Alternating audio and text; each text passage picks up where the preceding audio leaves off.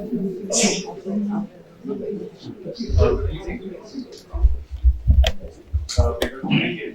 going to start by introducing Professor Velcheru Narayana Rao. Professor Velcheru Narayana Rao taught Telugu and Indian literature for 38 years at the University of Wisconsin-Madison. He also taught at the University of Chicago and is currently the visiting distinguished professor of South Asian Studies at Emory. He has written more than 15 books, Textures of Time, Writing History in South India, in collaboration with David Schulman and Sanjay Subramaniam. Girls for Sale, Kanya Sulakam, a play from colonial India, and How Urvasi Was Won, a translation of Kalidasa's Vikrama Vaisi in collaboration with David Schulman, around his recent publications. A short introduction to TFA. TFA was founded in 2004 as a not-for-profit foundation that would encourage the young to give expression to their artistic ideas. I'd like to invite actors Lekha, Naidu and Nakul, Bhalla, who will be reading from the book Poem at the Right Moment, Remembered Verses from Premodern South India, selected and translated by Velcheru Narayana Rao and David Schulman. I also invite Professor Narayana Rao to talk about the context of these poems. Sir, welcome. Over the computer. He was sitting in Jerusalem and I was in Madison, Wisconsin. Just check if it's is it okay? Can you hear me? Now can you hear me? Yeah. Okay. He was in Jerusalem. I used to be in Jerusalem and he still is. And I'm in Madison, Wisconsin. We used to correspond on computer, emails, and we translate his book on email. We talked to each other on email, selected the poems by email, produced a draft translation by email, discussed and refined it by email. The whole book is produced by email. That's the context of the production of the book. The verses are, because the numbered verses, everybody knows here. At least the slightly younger people may not know, but other people will know that many poems, many verses are quoted in conversations in Telugu, using Sanskrit, in Tamil Nadu, I'm sure also in Karnataka. In conversations, when people talk to each other, they quote a verse. And these verses are remembered, they are not written anywhere. It is actually my memory that produced all these poems in this book. So by remembering verses from the book, from my mind, we selected the verses and then translated. That's the context of the production of the book. We wrote an afterword to it and an introduction. That later on I'll talk about it, but not now. But let's hear the poems.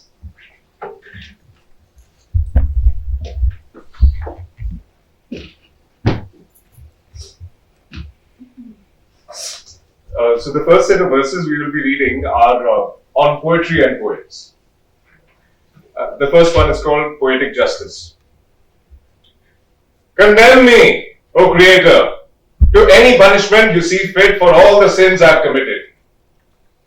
But the hell of reading poetry to those who have no taste for it, not that.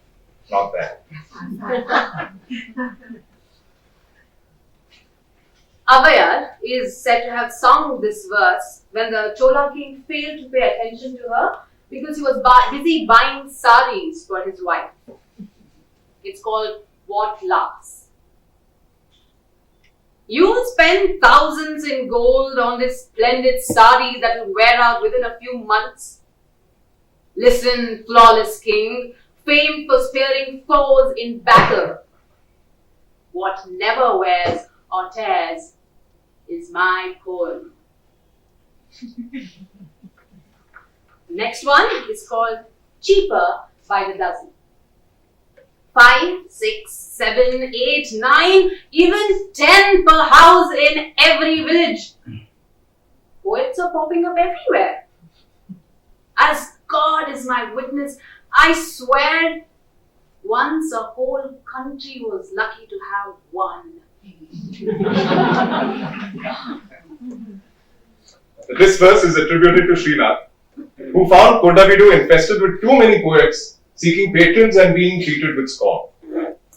It's called Ode to a Donkey. A heap of dust, Lusterless and pale, you roam the neighborhoods of Kondavil. Everyone shoos you away. You lie low in alleyways and corners and pray. By any chance, are you a poet too? This one is a bitterly ironic verse. It's called Critic's Choice. The beauties of a poem are best known by the critic. What does the author know? The beauties of a woman are known only to her husband. What does a father know?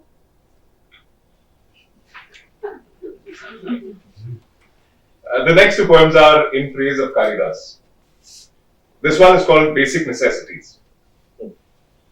Kalidas's poems, milk and curds, antelope meat and a young woman. If I have these and youthful vigor, I can go on life after life. This one's called Nameless. You know why the ring finger has no name in Sanskrit? Once, they tried to count the poets, bending the little finger first for Kalidasa. Then there was no one even close.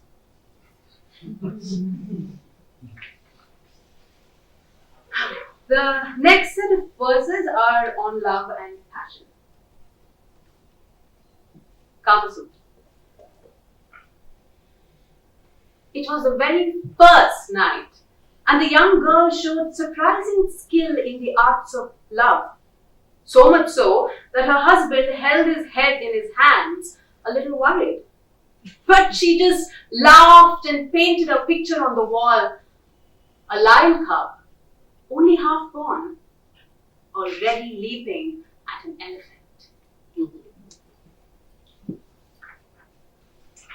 This verse is called Freedom. Final freedom is that state of no pain, no pleasure, no qualities, nothing. Or so some idiot has said.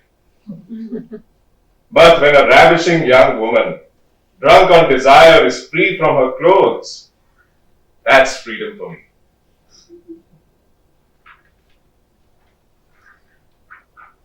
This verse is attributed to Rangajamma, a learned courtesan poet in the court of Vijaya Raghavanayaka at Tanjavur in mid-17th century. The queen sent a maidservant with a painted picture of the king to Rangajamma to beg the courtesan to return her husband to her as Pati Bhiksha. Rangajamma scribbled this verse on the back of the painting and sent it back to the queen. This one's called Love and Marriage. What woman would dare to blame me? Aren't you a woman yourself? Don't you know how to make a man fall in love? Did I call him when he was in your arms? Did I break into your house and drag him kicking and screaming to me?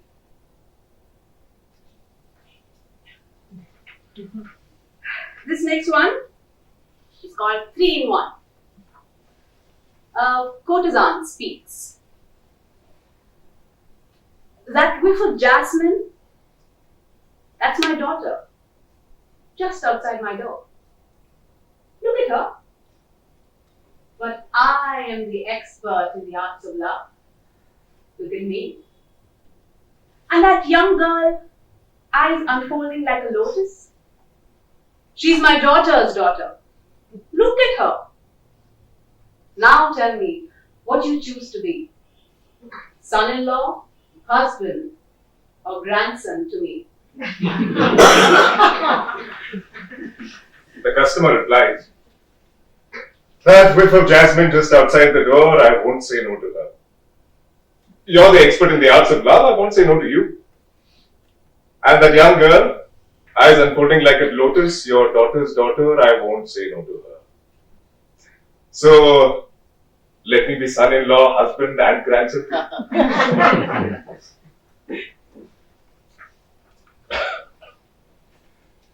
This next poem is called What's Wrong? Is he a good lover? He's great. Is he inventive in bed? Full of ideas. Handsome? He beats the god of love himself. But does he love you? Like no other. If that is so, why are you running around with other men? You're bold, you're experienced. You ought to know about these things. There's only one thing wrong with him. He happens to be my husband.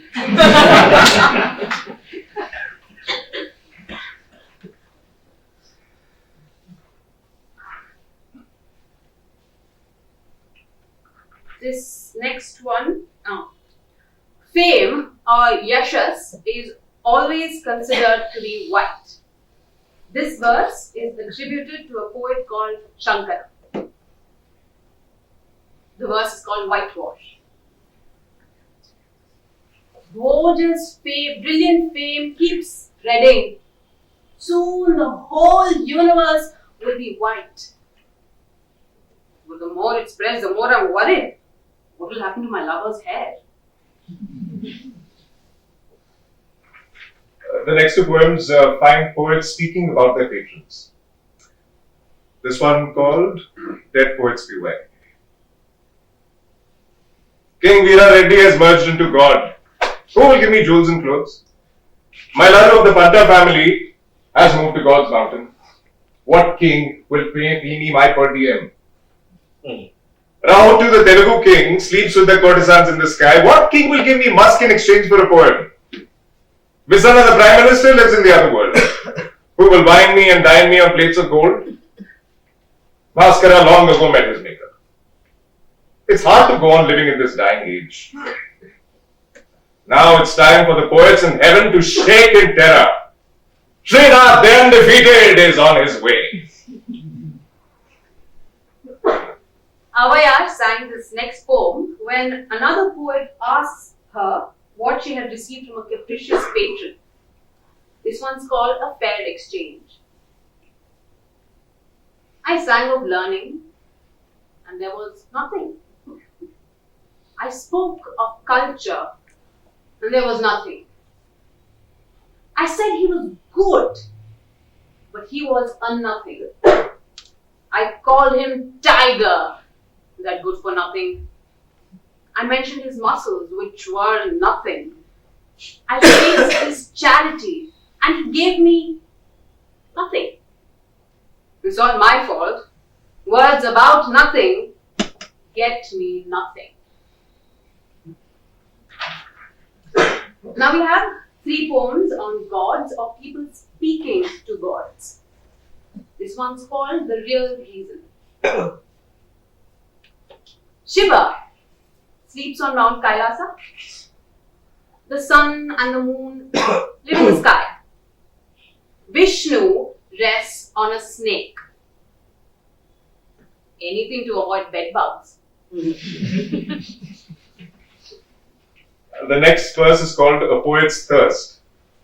Srinath, tormented by thirst in the dry Palnadu region, addressed Lord Shiva with the following ironic request for a drink of pure river water. A rich god like Krishna can marry thousands of women. For a beggar like you, even 2 is too many. Shiva, let me have Ganga. Parvati is enough for you. This next one is called A Definition of Myth. They say you saved an elephant, but it's not true. And that story about your giving Draupadi endless saris is a lie.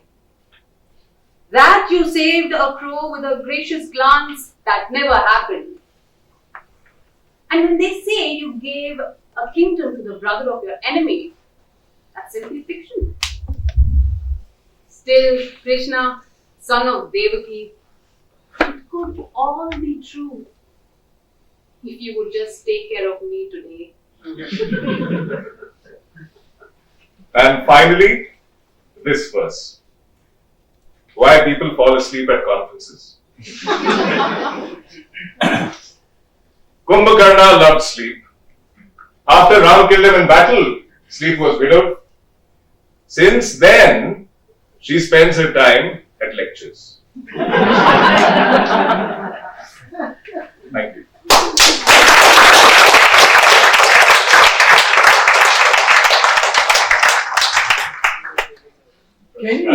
one thing in original, in Telugu or... Yeah, I'll use that when I talk Thank about. you. Thank you.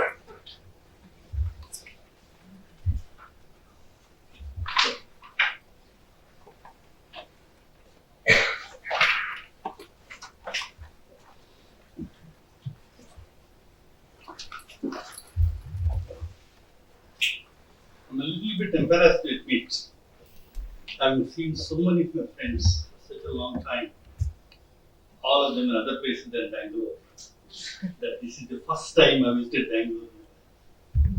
I should have been here many times. I'm so happy to be here on such a beautiful day, in a wonderful gathering of people who know many things better than I do. I still want to say a few things to you, and I hope you would not be bored. Thanks to Bhalla, who, as a matter of fact, I knew many decades ago for some time. To remember him again, to come back and see him was a great pleasure. And Sarita, and Raghu, who just said, interesting here. And finally, of course, the total Friends of the Arts. I'm very grateful to all of these people, including Nagaraju, Pappu, who actually brought me to Bangalore and arranged all these connections. Thank you again. And let me try to say what I wanted to say. Before I say anything about it, I say I love print. I really love printed books. So if I'm talking print and silence in Indian literature, it does not mean that I don't like print. I'm talking about a condition, a situation that was there in practically all Indian literatures, not only in Telugu, in Kannada, in Tamil, and everywhere, where there is a certain kind of reading which I was getting more and more afraid with the popularity of print. Print has made literature somewhat silent, and that's what I want to talk to you about.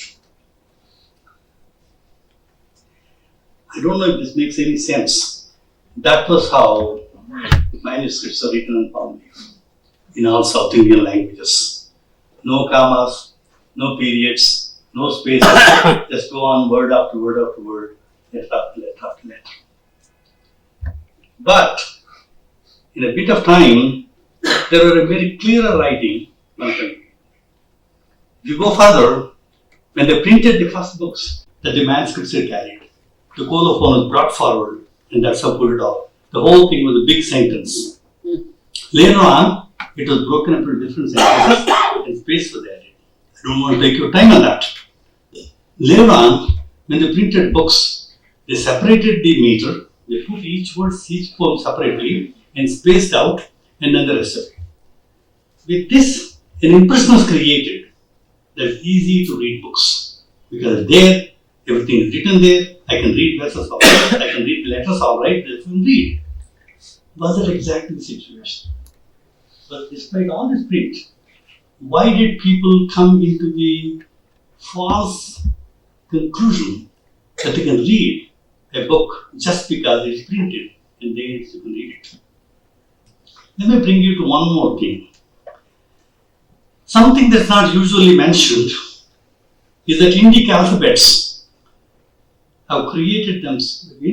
The phoneticization of Indian languages, most Indian languages, if not all, happened before the graphic symbols were invented.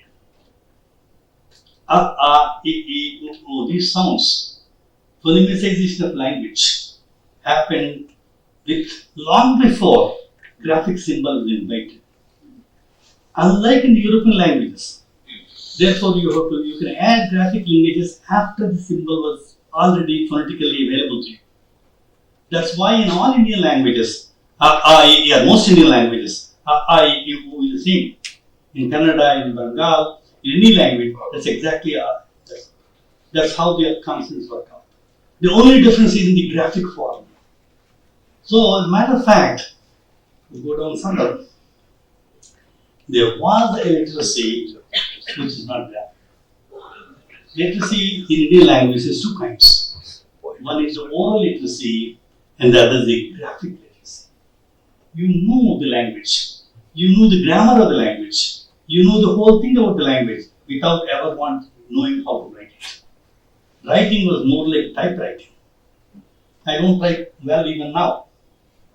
Typewriting is something that a skill that some people have it and other people don't. Writing in some sense, all the major poets in many Indian languages did not write. They spoke their books and dictated to a scribe who wrote them. You probably know the story of Ganesha and Mahabharata, where he dictated to Ganesh, right? Similar things happened, as a matter of fact, for a long time. Many books were dictated to scribe. A scribe is a different person, not the writer. In fact, if you look at today, there is a statue of Nannaya, the 11th century Telugu poet, on the tank bund in Hyderabad, and you see he was writing it sitting there on a public manuscript. He never wrote. But that's exactly what it says. Go on. In all premodern Telugu texts, to write was never used to mean to compose. To write means to do copyright. A scribe writes, a poet says.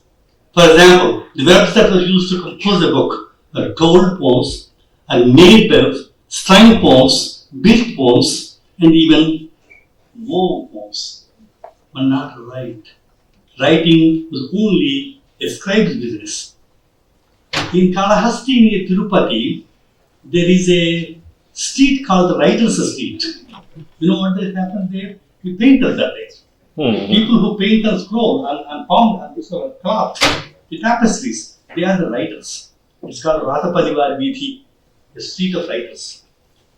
For some reason, I told you already, for some reason, we have come to believe that writing and composing are the same things. That print has created the impression of us. Now, let me go one more step. There is an interesting difference between reading, even after print has come. Reading required a prior space. There were no spaces, there were no commas, there were no question marks, no punctuation marks. Like, for example, before, even after immediate print came in other languages, same thing happened in Europe. So it required training. But the training differs between Sanskrit and regional languages, particularly Telugu and Kannada and other languages. Take a Sanskrit verse. Sanskrit verse metrically has to break at a certain point, and there's a break also at the end of the line, and there is a certain way in which you read the meter. Break there. Tapasvadhyaya niratam, tapasvi varvidambaram, naradam paripapracha, valmikir munipangam. That's exactly where you start. Because there is a space there, I put marks there. Every shloka in Sanskrit has very only one. Once you know how to read 1 meter, you can read the other meter, other verse in the same meter very easily without any training. That's not so in Telugu. In Telugu, metrically it's a 4-line verse that you don't read as 4 lines. You have to stop where the syntactic breaks come and where the semantic breaks occur, and that's how you read them. Not as 4 lines simply. For example, a verse by Nannaya in Mahabharata talking about Velcheru Narayana Rao, Rajakulaika Bhushanudu, you have to stop there. Because syntax starts there. Not because the meter requires you to stop there. Rajakulaika Bhushanudu, Rajamanoharudu, you have to stop there. Not because the meter stopped there, but the syntax stopped there. This is how the poem has to be read. Rajakulaika Bhushanudu, Rajamanoharudu, Anyaraja Tejo Jayashali, Shantudu, Vishuddha Yashasharandu Chandrika Rajit Sarvalokudu, Aparajita Bhuri Bhuja, Krupana Dharaja Shanta Shatra Paragudu, Rajamahendu. How do you know there are so many breaks in a poem? Metrically it's only a 4-line verse. So you have to know before you read the poem, somebody has to teach you. This is how you have to break the verse. This is how to read the verse. So in effect, people had to read a text before you read it for yourself. You have to learn to read a text. You can't open a book and read like you read a modern novel. Text has to be trained. That has been forgotten as a result of books available in print. You see the book in print? So I can read. Today, for example, Manu Charitra, which David and I translate for the Murthy Classical Library, gives you a Telugu text on one side and the English text on the other side. But the Telugu text, someone has to know how to read the text. Just because it's Telugu print, just because you know the Telugu script, you can't read that. You have to be trained to read it. That somehow has not been sufficiently remembered. There is a particular incident in Mahabharata where Krishna is honored at the time of the sacrifice, as the chief of that. And there's a problem. And Krishna was not liked by some people in the text. So they objected. Why did you alter Krishna? He is, after all, what is he after all? He's a cowherd or something. And Krishna was trying to pacify the people, saying that Krishna was God. He was talked about the Vedas, etc. Krishna knows that, and that was going on. But nobody would listen. And there is a verse, that 4-line verse. That 4-line verse is a 4-line verse. If you read it, it doesn't really work exactly. And that's when Vishwanath Satyanarayana read this verse and told me, this is how you read the verse. ఎడపకనర్ఘ్యమచ్యుతునగి చితిమిచ్చిన దీనికి ఏమొడంబడమని దుర్జనత్వమున పల్కెడి వీరుల మస్తకంబుపై నిడియదనంచుతా చరణమెత్తి సభను సహదేవుడు దానిలో పులిగి సభాసదులు పలుకకు పీట చిత్తులై. So Sahadeva, hey, who is that objecting to or respecting Krishna or honoring Krishna? I'm going to kick your head. And I'm going to, he raised his foot. And all the audience became very silent and quiet. How do you say? This 4-line verse doesn't give you. 4-line verse simply there are 4 lines. Yadapaka arkyam achyutana gichiti michira dinke. That's not how you read it. Okay? Yadapaka arkyam achyutana gichiti michira dinke modambadamani durjanattamuna palkedi veerula mastakambupai nidiyadanantuta charanavitya sabhan sahadevudu. Danito ndugi sabhasatulu palkakundi taddayu bhita chittu. Where do you know that this is a poem before? This is how it's read. In a printed book, you lose it all. A printed book simply silences the way the poem is read. That's why I'm saying there are 2 kinds of a text in Indian languages. The one that is written on manuscript, it's only a recorded text. That recorded text doesn't say much, but you receive it. When it's expressed and articulated, that's the text. It moves this way. When a book came into print and was preserved in the libraries, what we lost is the received text. What we preserved is the recorded text. The recorded text doesn't say anything. It's a silent text. And it's the recorded text we carry to other countries, put in the libraries, and research at them, and produce critical editions. And that's not the way to go. You have to know how it is received and how it is received known by the Guru. And you learn from that person. And not just that. Nobody ever reads the Mahabharata from beginning to the end. Nobody reads any Kavya from beginning to the end. What do? They create a new text out of the recorded text. They take a few poems.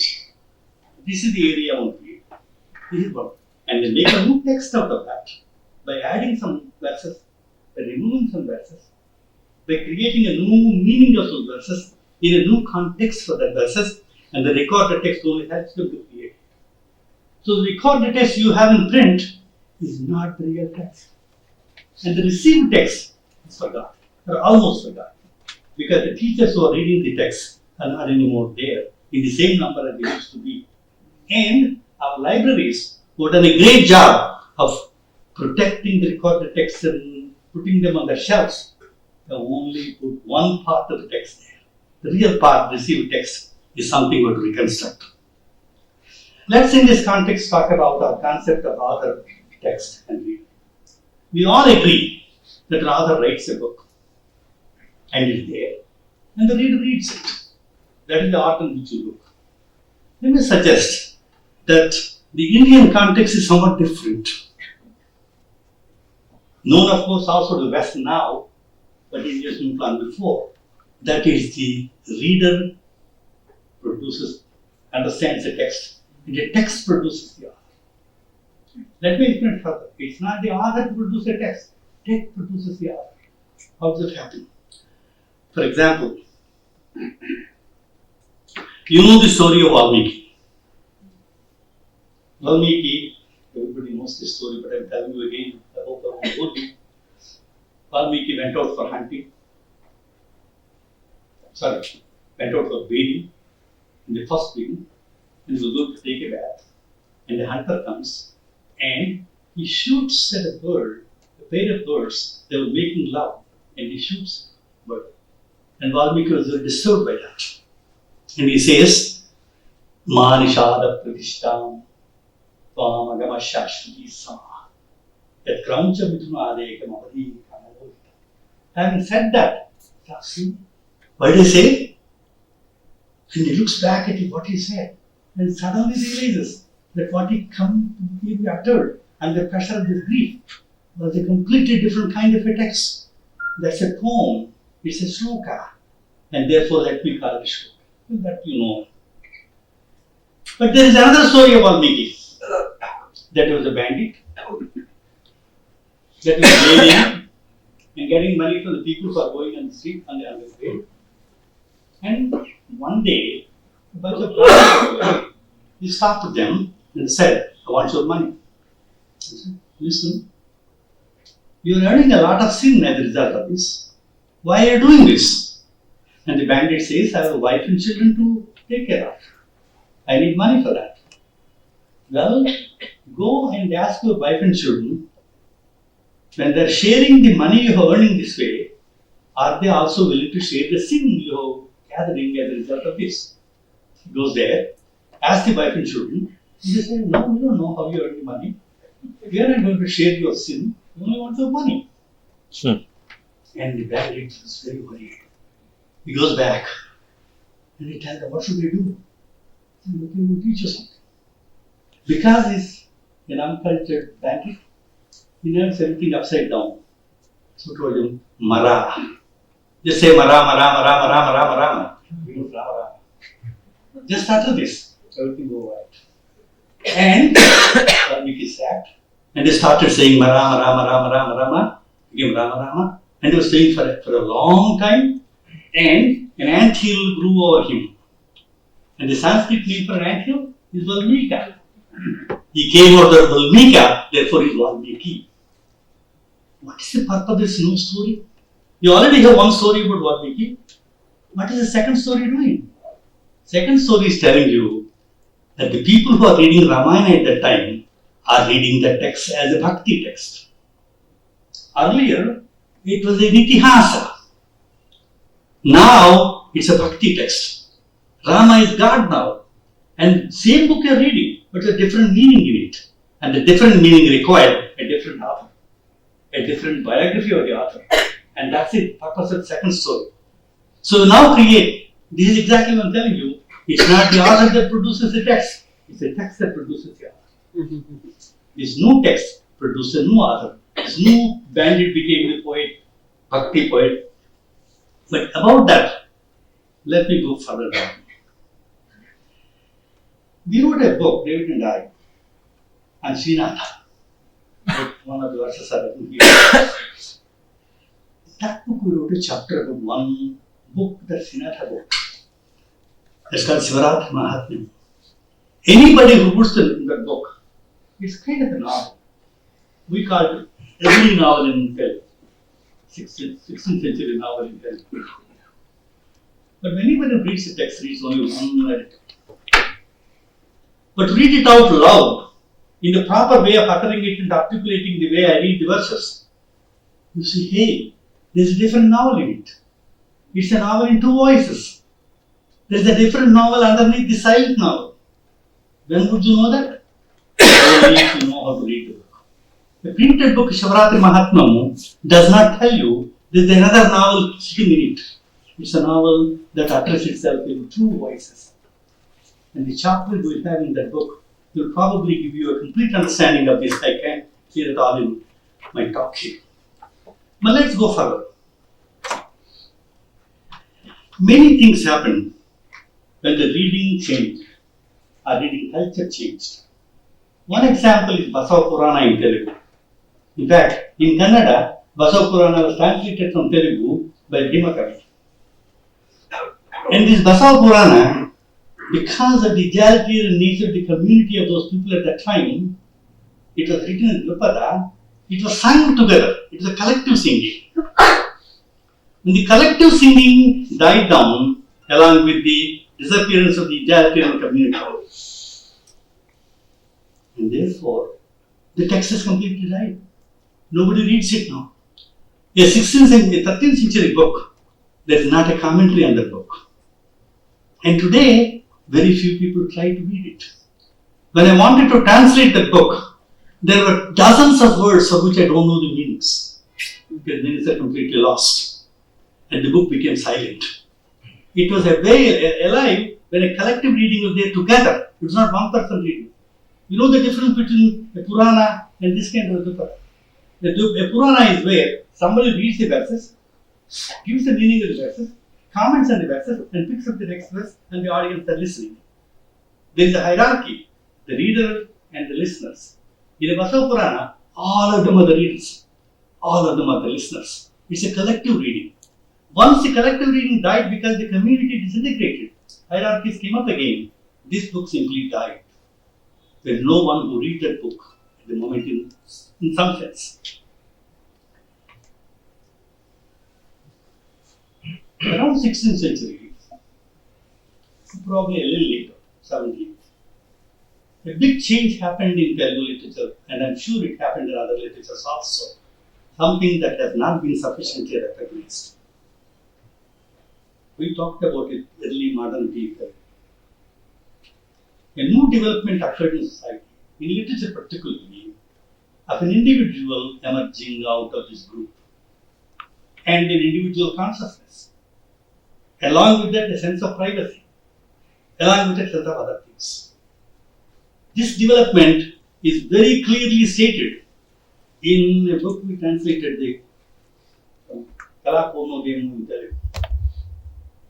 There, you'll be surprised to know that a letter sent by the hero to a parrot falls into wrong hands. And this person, who happens to be accidentally a friend of the person to whom this letter was written, picks up the letter, reads the name on it, say, "It's not my letter, it's yours, it's written for you, take this." Listen, that individuality develops such an extent that one reads only the letter that was given to you in your name. Today, if a letter is come to, I don't read it. Even though it may be an ordinary bill, nothing more than that. But still, it's your letter. That's what it is. This is recorded here. Sense of privacy. Reading letters in private, not in public. That's recorded. Remembering things, and then talking about a number of other things. Putting all those things to argue that 17th century, late 16th, early 17th century is the time when a modernity is developing in Telugu literature, and we are sure in other literatures also at that time, and therefore a new concept of the individual emerges.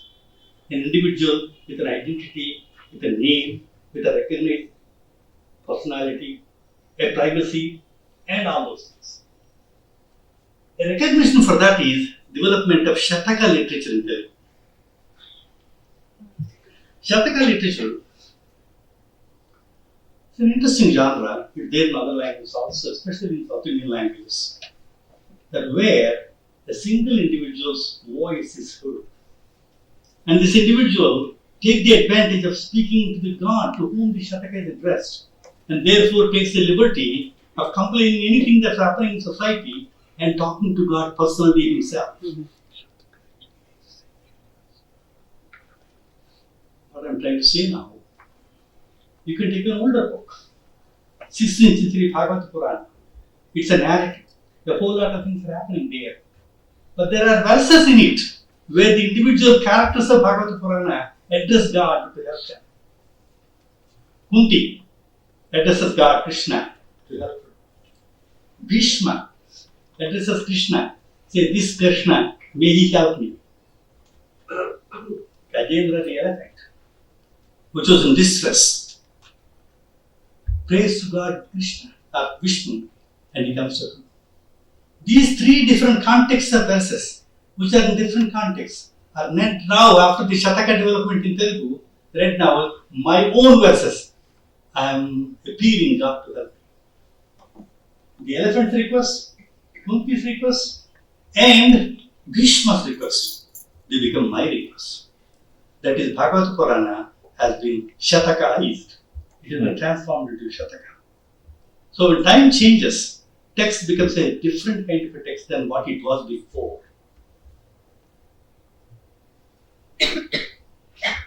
That's the kind of changes we completely forgot. Print has silenced everything, and we have come to a point where we read all the texts in the same day. The texts have changed in time. Texts have changed their tone. Texts have changed their meaning. When they change their meaning, no author was invented. There is an interesting story about, I have it here, for you to read.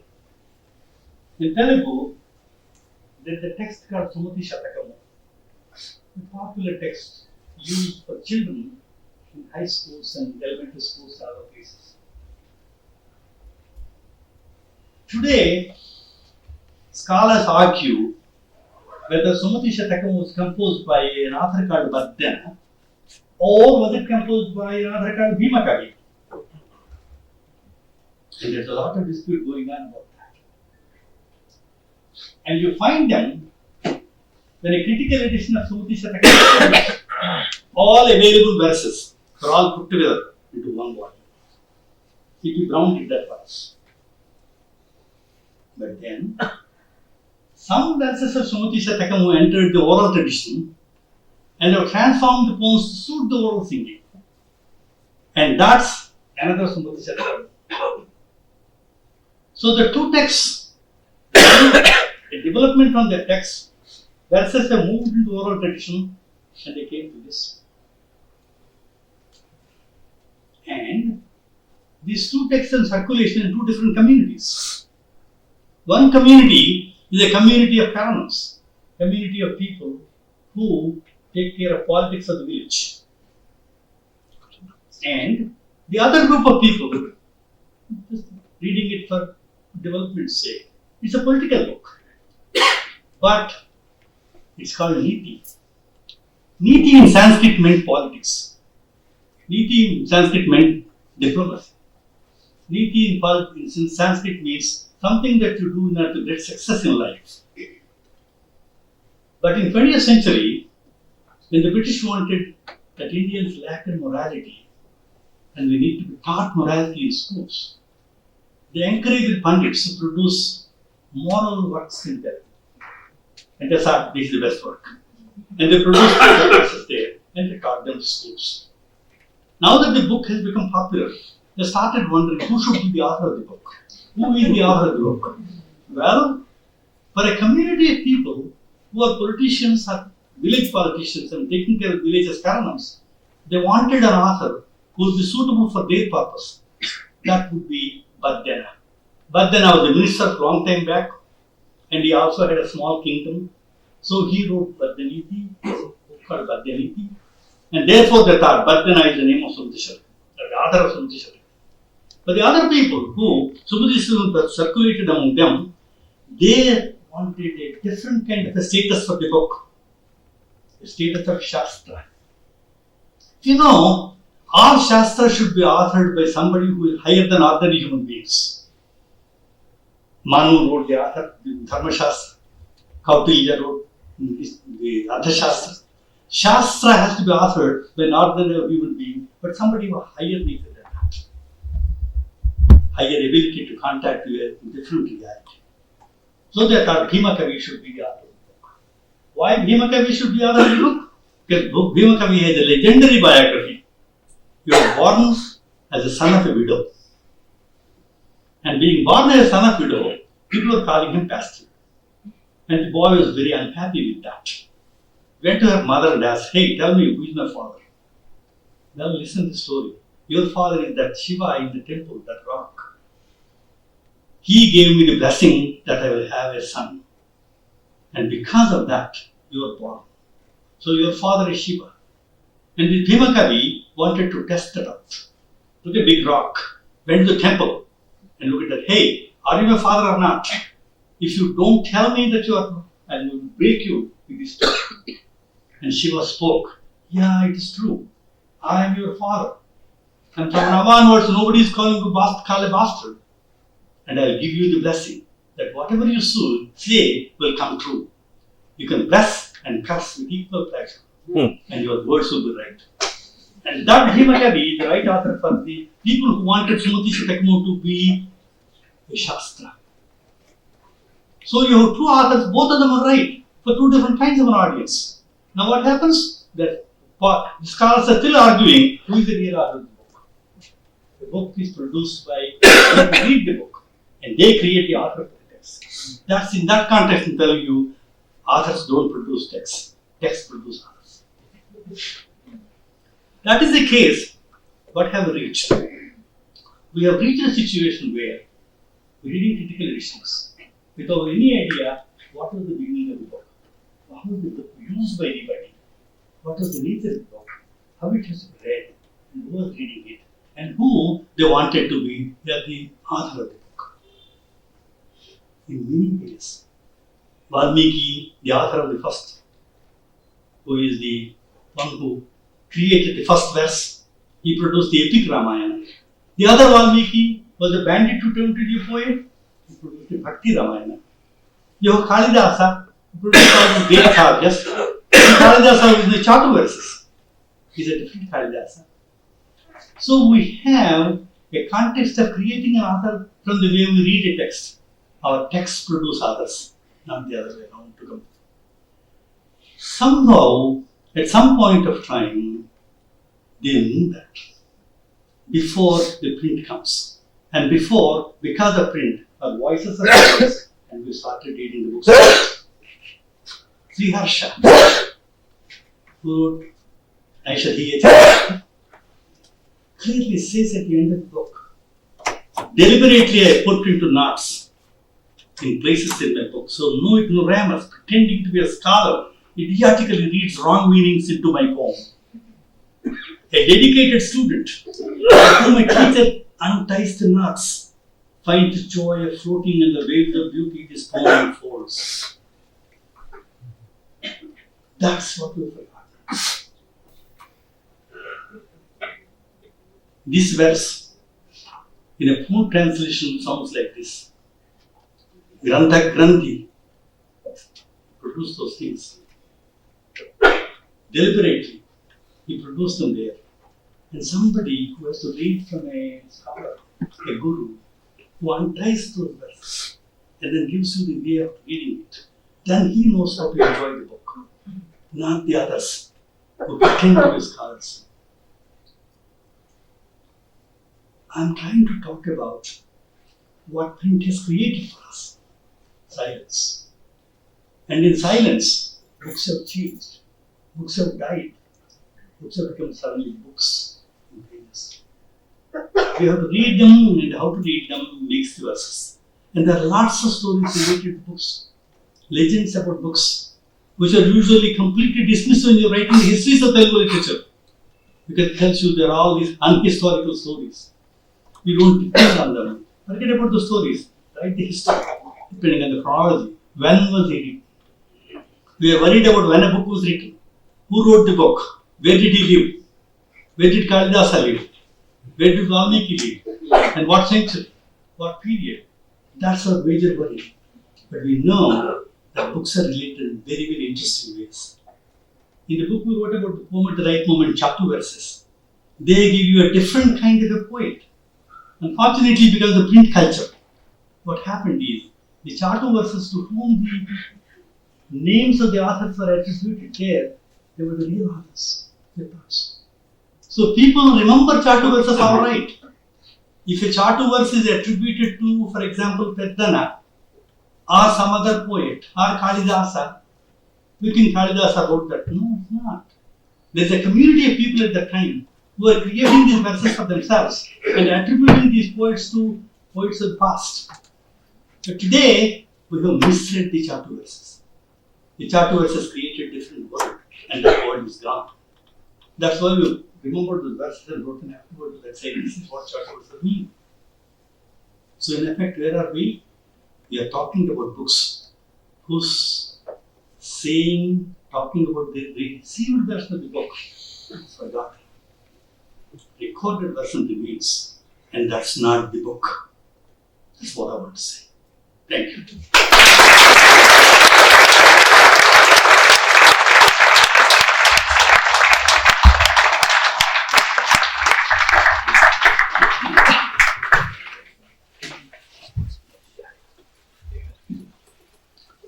It is my privilege as Director of Bangalore International Center to say a big thank you to Mr. Velcheru Narayana Rao.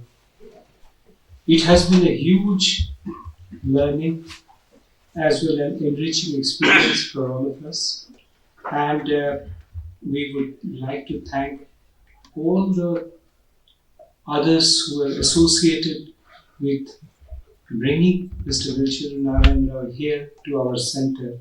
I'd like to offer our very grateful thanks to all of them.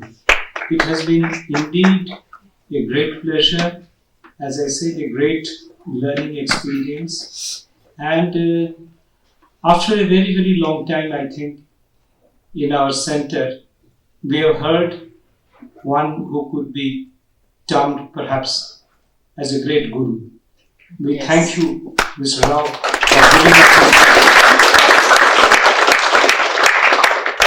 I would also like to thank Mr. Nakul Bhalla and Ms. Lekha Naidu for doing us the honor of reciting the poems translated by Mr. Velcheru Narayana Rao. And I shall be again considering it a great privilege if I can offer our token of thanks by offering a bouquet of flowers to the Guru who was here today. Please, sir, if you could come forward.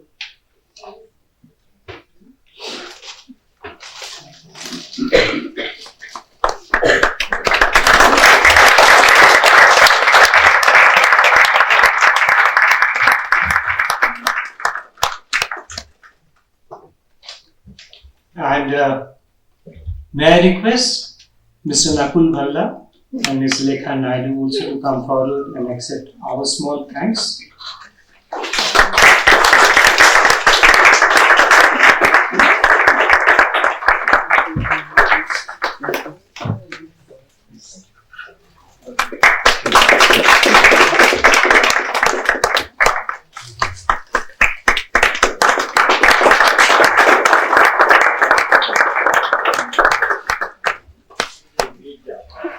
And thank you all, ladies and gentlemen.